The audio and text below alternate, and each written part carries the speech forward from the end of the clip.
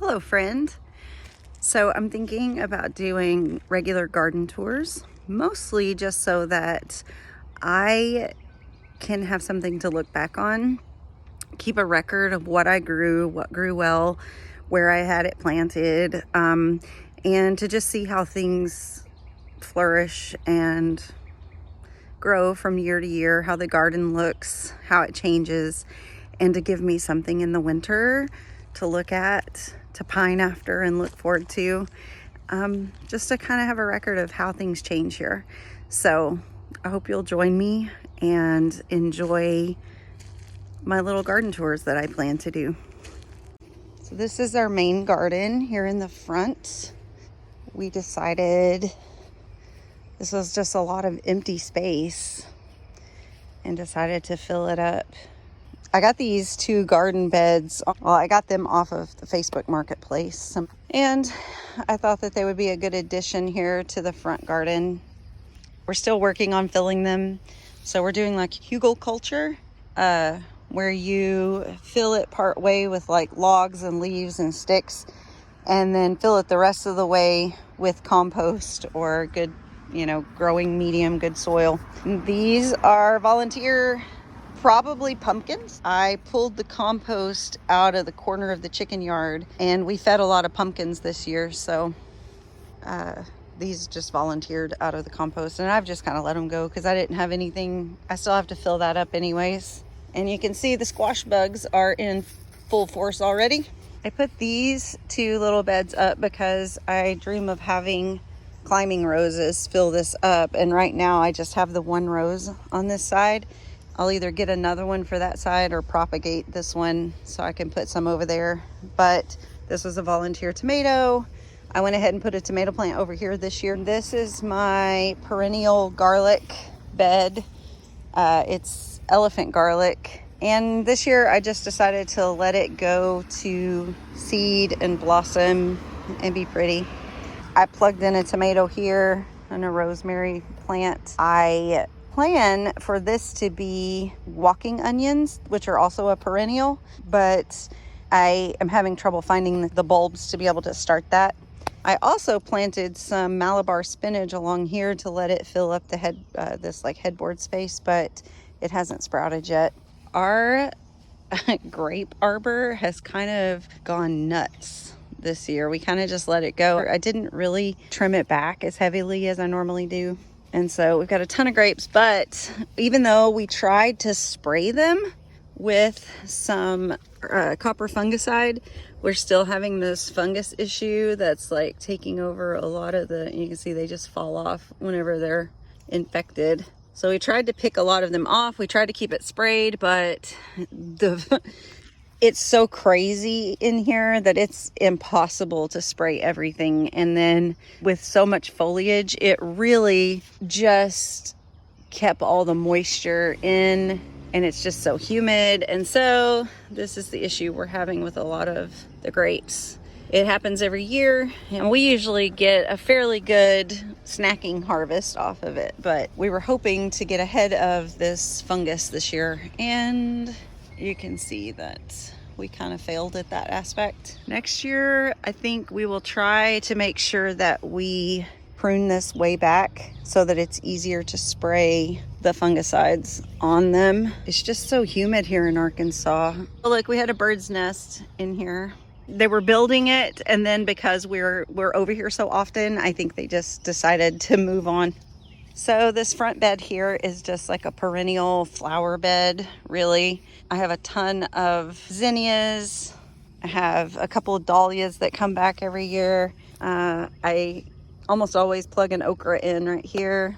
I've got some black hollyhocks that are planted. These zinnias were all volunteers from last year, and I'm trying to keep them pruned back so that they will be more bushy and less leaning over into the yard. I've got my peonies here that I had moved 2-3 years ago. I moved them and they have yet to bloom, but they're putting a lot of nutrients into their roots. So I'm hoping one of these years I'll get some blooms out of these peonies again. I did put a rosemary right there by the pole, and then I've got some raspberry growing right here on this end. There's some more zinnias. I put some asparagus along the front edge of this bed here. And then I plugged in a couple of tomatoes, got some bean bushes, some more volunteer zinnias. I have some thyme. That's a big bush of sage and some dill. I've got parsley, another couple of tomato plants. This front trellis here, these are our noodle beans. One side is green noodle beans, the other side is red. Okay, these will continue to grow up and over the trellis, and then the noodle beans start to like hang down from the trellis, and it is so magical. And then we have our elderberry bushes are growing. This one's starting to flower and put off. These are tromboncino squash that I have put on this next arbor here. And then I think these were loofah gourds. I'd have to look back and reference my video, but I'm pretty sure those are loofah gourds. We had to replant this trellis because the cucumbers that I put here didn't, well, they germinated, but you can see we have a ton of crawdad holes all over our yard because our water table is actually really high. Whenever we dig about a foot down, maybe not even a foot, it starts backfilling with water. So we have a ton of crawdad holes. And anyway, so the cucumber sprouted there, and the crawdad ate my cucumber plants that had sprouted there. So these cucumbers are up. These are like an Asian cucumber that do well with heat and humidity. So I'm hoping that those do great this year. Then in this bed, I have some basil, some peppers, and then tomatoes on this cattle panel. I also have some chamomile, a sunflower, and there's some more parsley plugged in over there. And it looks like I have like a random garlic stuck in the bed too. I have a bush baby watermelon growing there. And then on this arched trellis, we have Kajari melons growing here, a bunch of bush beans. I have a nasturtium. There's another sunflower. This looks like it may be one of the dark sunflowers. So it's getting that dark purple shade on it. And on this side of my trellis, I have cucamelons growing and taking off. I did have another sunflower, a tomato plant that I just kind of stuck in right there. I've got some peppers on this side of the trellis. And then over here, I have some more tomatoes and a pepper plant. And then I put in like some radishes and different things just around. And then on this trellis, we have sweet peas that I started kind of late.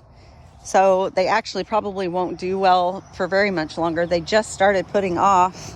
So I also have tomatoes down here that are going to get crowded out. But I figure the peas won't be here much longer because they do not like the hot heat of our summer. So we'll just kind of snack on these for probably another week or so. And then they'll probably be done. And I will cut them off. Legumes help feed your soil and put more nitrogen back in. So that'll help feed the tomatoes. And after I cut these down, the tomatoes won't be so crowded and they'll take on off. I think this is mostly cherry tomatoes right here. In this little bed, I've got a chamomile. These are leeks. And then we have some bunching onions. My daughter put some bunching onions. They're just starting to come up. They're just like having their birthday. We have an apple tree here, and we have an apple tree right there. At the end of this bed, we have some strawberries growing. I have another chamomile. I've got some beans coming up on this side, another wall of tomatoes here. And then in this bed, I have another huge sunflower growing. There's a bush baby watermelon, a cantaloupe that will climb up onto this headboard. I've got another tomato plant here that I need to come and stake up. And here's a nasturtium. It's another nasturtium. If you didn't know, you can eat nasturtium leaves. They kind of taste like radish. They have a little bit of a spicy bite to them. And you can eat the blossoms and the leaves. And I've got this huge dill plant that I just harvested, and forgot. So I have a ton of dill. And then look, there's another crawdad hole in my bed. I've got some more tomatoes. I need to come and tie up my tomato plants. So there's a volunteer watermelon. I don't even know what variety it was that I had growing here last year. But these potatoes also volunteered. I grew potatoes in this bed last year, and these started popping up as soon as it was warm this spring. They started growing, so I'm just gonna let them do their thing, I guess. I had already put cucumber seeds here to grow up onto this footboard. They're kind of taking over now. I'm pretty sure these were early fortune cucumbers. I try to succession sow my cucumbers and squash because between the beetles and the squash bugs and the heat and humidity, our plants don't last super great. We have to re-sow them anyway, so I try to succession sow. So I love having sunflowers just randomly stuck in around in the garden. I have another little bit of beans here, another rosemary plant. I think that actually this may be lavender. It's a lavender. So I have another lavender plant. I've got more tomato plants that I've got on a string trellis right here. And there's some pepper plants. These are cayenne peppers. The rain displaced all of my seeds. I believe these are radishes, and the rain displaced them, so they're all bunched up together. There's another sunflower.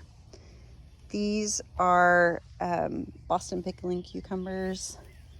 There's another rosemary. I have a ton of volunteer ground cherries right here. This is where I had a compost pile last year, and so they're just all over the place. I may dig a couple up and move them into the raised beds because otherwise they'll just get mowed over. So that's probably the plan for today. This is our in-ground space, and we started using the ground cover last year. It worked great to suppress the weeds, but even though the water does go through the ground cover, it's a woven ground cover, so moisture does go through it, but it takes a little while for it to soak through. So oftentimes, because our garden is on a downward plane, the water runs down and pools down there and then will soak in. So a lot of this missed out last year, especially with it being like such a hot, dry summer. We plan to put drip irrigation on this in-ground space because it doesn't really do any good to water it with a sprinkler, because the water again just runs all down to the end. And then standing out here and watering each hole, you don't get a good deep water, and I don't know, it really, everything struggled last year. Everybody's garden struggled last year, so I don't know. Right now it's doing well. We put mulch down over the rows and then put the ground cover down, so they actually are mulched inside there too, and that's helping keep grass from coming up through the holes, and it's also helping to keep the moisture in, I feel like. So on this row we have Clemson spineless okra, and then this row is the red hill country okra, which I really love. I love to snack on this right out of the garden. This row is a row of tomatoes, which I did not plan on putting tomatoes out here in this garden, but I ran out of space in my raised beds. So I've got to find a trellising idea for these, because I typically put a row of cattle panel here. All of my cattle panels are currently being used. So then moving on to this row, these are bush beans that my daughter and I planted. And then we have some cucumber, squash, and melons planted over here on these things. Looks like we've got some tiny babies. Look, happy birthday. So we've got just a few things. These don't look like they're coming up yet. Got a watermelon. Over here, we planted melons. So we've got like 3 different types of melons here. And we planted some squash over here. Looks like this one's starting to try to emerge. Hello, baby squash. So this sad garden bed needs to be topped off with some good garden soil. This was a big full bed full of strawberries, but the deer came through and annihilated it last year, and then it never recovered with our lack of water and such high heat. So I need to top it off with some good soil, and then these strawberries will probably take off again. This is kind of a perennial herb bed that I have going. I do have one blueberry bush right here, a chamomile, I have some thyme, and then actually that may be oregano. I may have to look back. I think that might be oregano. I have some more sage and basil. This was a volunteer sunflower and I just stuck it there. A lot more dill here, some parsley. I had a blueberry bush right here and it died, so I'm going to replant there. These are my pink dandelions from My Gardener. This is a raspberry bush. A friend got me this a few years ago and I had it in a pot, and then I finally put it out here in this bed. Got a lavender. There's another blueberry bush there on the back side. I have some tulips growing in here, just like a Mod Podge of things. There's more chamomile. Then I have some strawberry plants scattered out right here. And then like a volunteer tomato that I stuck in there. There's some catnip growing inside these cinder blocks. I'll probably put more perennial type things that I don't want spreading super bad in these cinder blocks. I have raspberries. The raspberries are doing really well here this year. I put these in last year. You can see we're starting to get some ripe raspberries. The kids have been munching on those. They're spreading, popping up. Whenever they spread outside the bed, I dig them up and move them.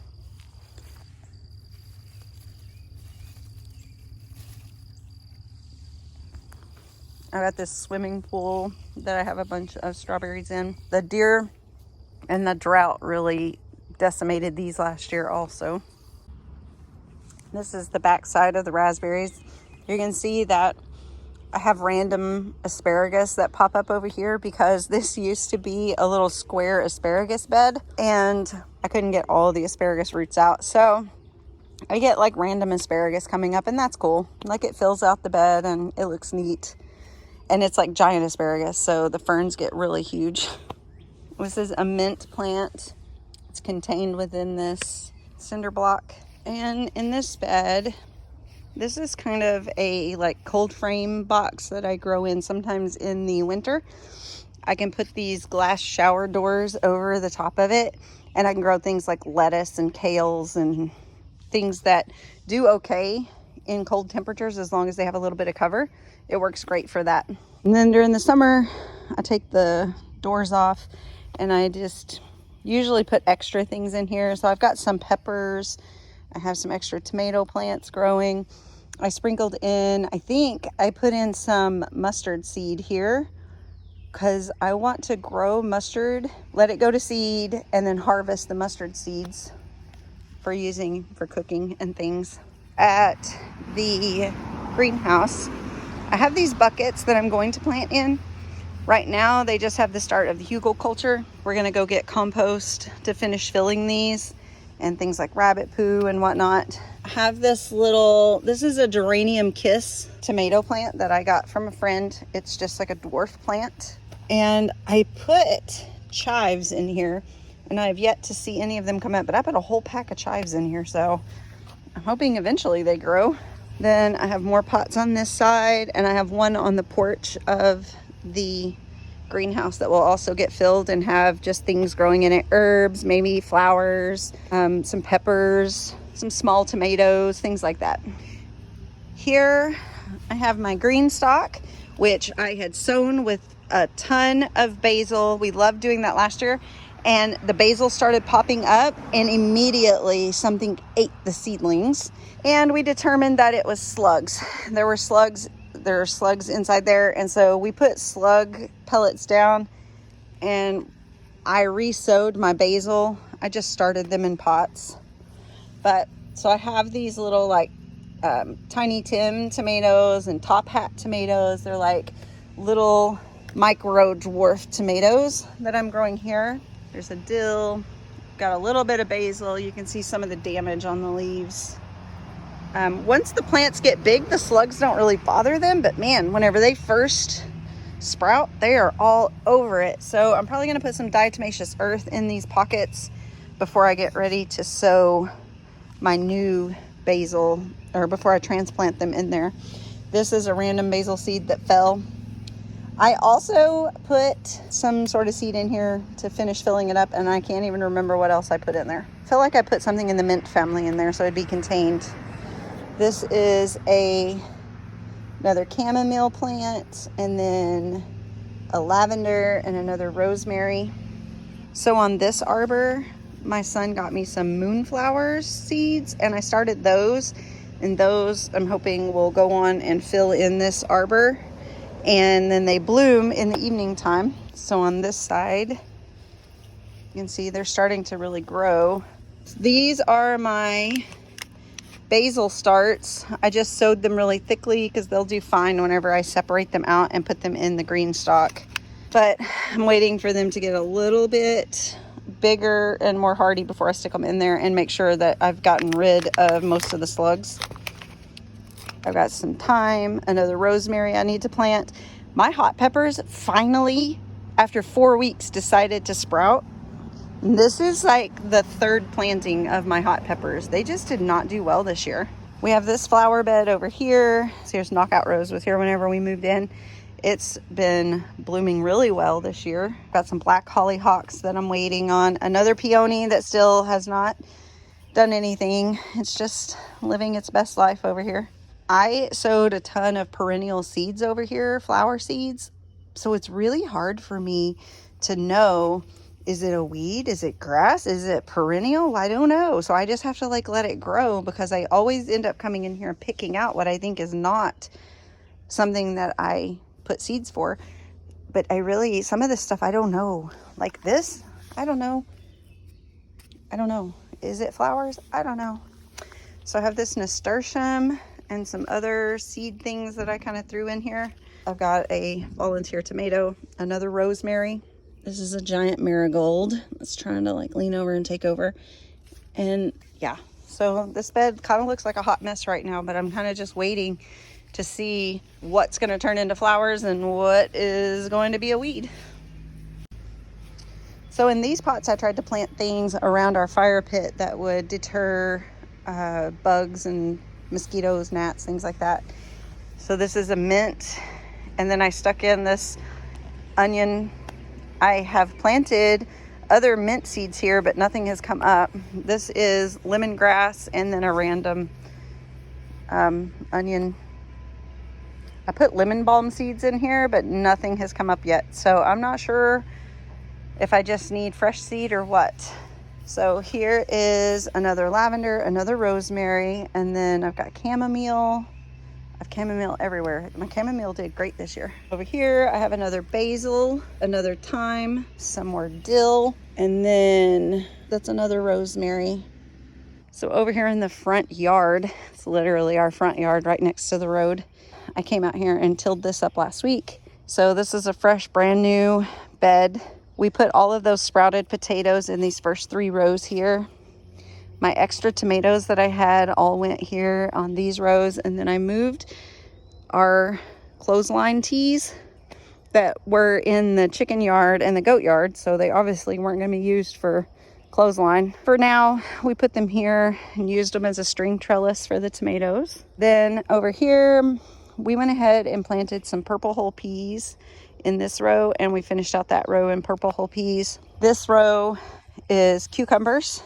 And then over here, we planted some watermelons. In this row, I know we planted some winter squash. And I think this is winter squash as well. And the whole rest of this down here is corn. I laid the poles down so the girls could just walk through. They could see where the walkways were to plant, and they planted corn along the poles that I laid out. Our pear tree blossomed and actually has some pears on it. Not a lot, but I'm pretty excited. This is the first year we've had fruit stay on the tree, so I think I'm gonna get some neem oil and come spray the fruit to make sure that nothing messes with them. But that's kind of exciting.